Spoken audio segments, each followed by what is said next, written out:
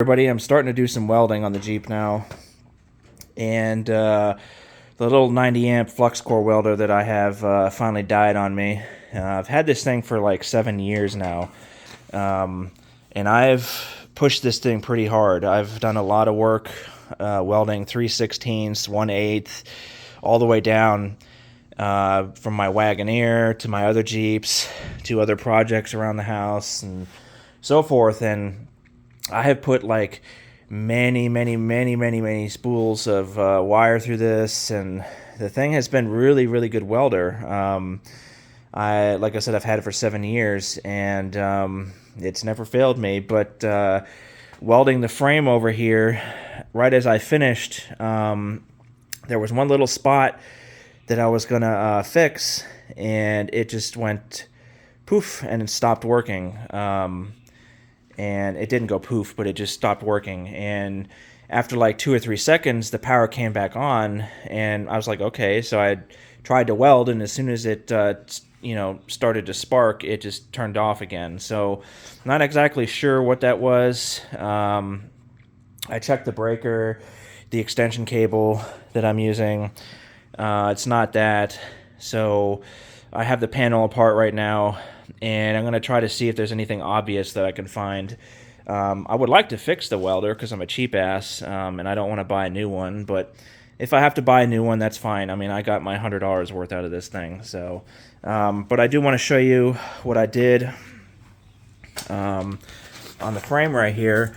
So I did cut another inch or so up, and the reason why is because it seemed like a waste of steel considering how much money this stuff is to weld it, where it was down here and have the bottom sticking out and then have to cut the bottom off. So I might as well cut more of the frame off, which is what I did. And I welded the 3/16 plate in there. And you can see the flux core welder is a really good welder. I mean, I'm not a pro by any means, but I've been doing it long enough to where I'm comfortable with my welds now. So right here is the where's my phone showing? Right there is where I was trying to fix, and it just went poof. Here's the other welds. I haven't cleaned that yet, but it does really well for 3/16. Really good penetration. The only thing is you got to turn the wire speed down on this thing. It recommends like 8 or 9 for the wire speed, but that fast it doesn't weld thick metal very well. You have to turn it down to like 4. I found 4 for 3/16 is the best. Here's this. You can see it penetrated if you look underneath. I also did the other side, of course. This side was a little harder to weld because I had to kind of do it one-handed, but it looks good to me. So yeah, this corner right here is not that great, but the rest of it is fine. So I managed to finish that at least, and I cut the steel in here. The reason why I didn't go all the way through for cutting is because the mount is right there, and I didn't want to cut the mount off. So I left that little piece of steel right there, and it's still thick right there, that's fine. But I left that little piece of steel right there, and the reason why I wanted to cut that center out was because it's all the way through. It's really paper thin right here, so that needed cut off. I'm going to weld a little plate in here, and then I'm going to cut another section right here off and weld another plate in there. I know that's multiple sections instead of one straight piece, but that's fine. Nothing's going to happen to the frame right here. So, and I'm not really sure if I should fish plate this or not. Like maybe put a little plate here in the center, grind the welds down, and put a plate here in the center.